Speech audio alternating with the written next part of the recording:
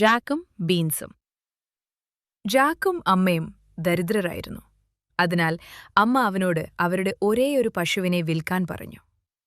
വഴിയിൽ ജാക്ക് പശുവിനെ ഒരു നിഗൂഢ മനുഷ്യനിൽ നിന്ന് 5 മാന്ത്രിക ബീൻസിന് നൽകി. അവന്റെ അമ്മ കോപാകുലയായി ഇരുണ്ട രാത്രിയിലേക്ക് പയർ ജനാലയിലൂടെ പുറത്തേക്കെറിഞ്ഞു.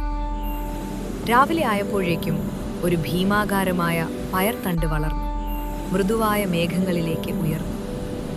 ജാക്ക് തണ്ടിൽ കയറി ഒരു ഭയങ്കര ഭീമന്റെ ഉടമസ്ഥതയിലുള്ള ഒരു വലിയ കൊട്ടാരം കണ്ടെത്തി. ഭീമൻ ഉറങ്ങുമ്പോൾ അയാൾ സ്വർണ്ണ നാണയങ്ങളുടെ ഒരു ബാഗ് മോഷ്ടിച്ച് സുരക്ഷിതമായി രക്ഷപ്പെട്ടു. കൂടുതൽ ആവശ്യമായി വന്നപ്പോൾ ജാക്ക് വീണ്ടും കയറി വിലയേറിയ സ്വർണ്ണ മുട്ടകളിടുന്ന ഒരു കോഴിയെ മോഷ്ടിച്ചു. ഭീമൻ ഉണർന്നു.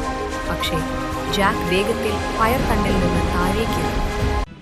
അത്യാഗ്രഹത്താൽ പ്രേരിതനായി ഒരു മാന്ത്രിക സ്വർണ്ണവീണ മോഷ്ടിക്കാൻ ജാക്ക് 3-ാം തവണയും കയറി. കിന്നരം നിലവിളിച്ചു. ഭീമനെ ഉണർന്നു. അവൻ അലറുകയും ജാക്കിനെ വീണ്ടും ഓടിക്കുകയും ചെയ്തു. തണ്ടിൽ നിന്ന് ഇറങ്ങുമ്പോൾ കോടാലി കൊണ്ടുവരാൻ ജാക്ക് അമ്മയോട് അലറി. അവൻ പയർത്തണ്ട് വെട്ടി വീണു. ഭീമൻ വീണു. അവരെന്നേക്കും സന്തോഷത്തോടെ ജീവിച്ചു.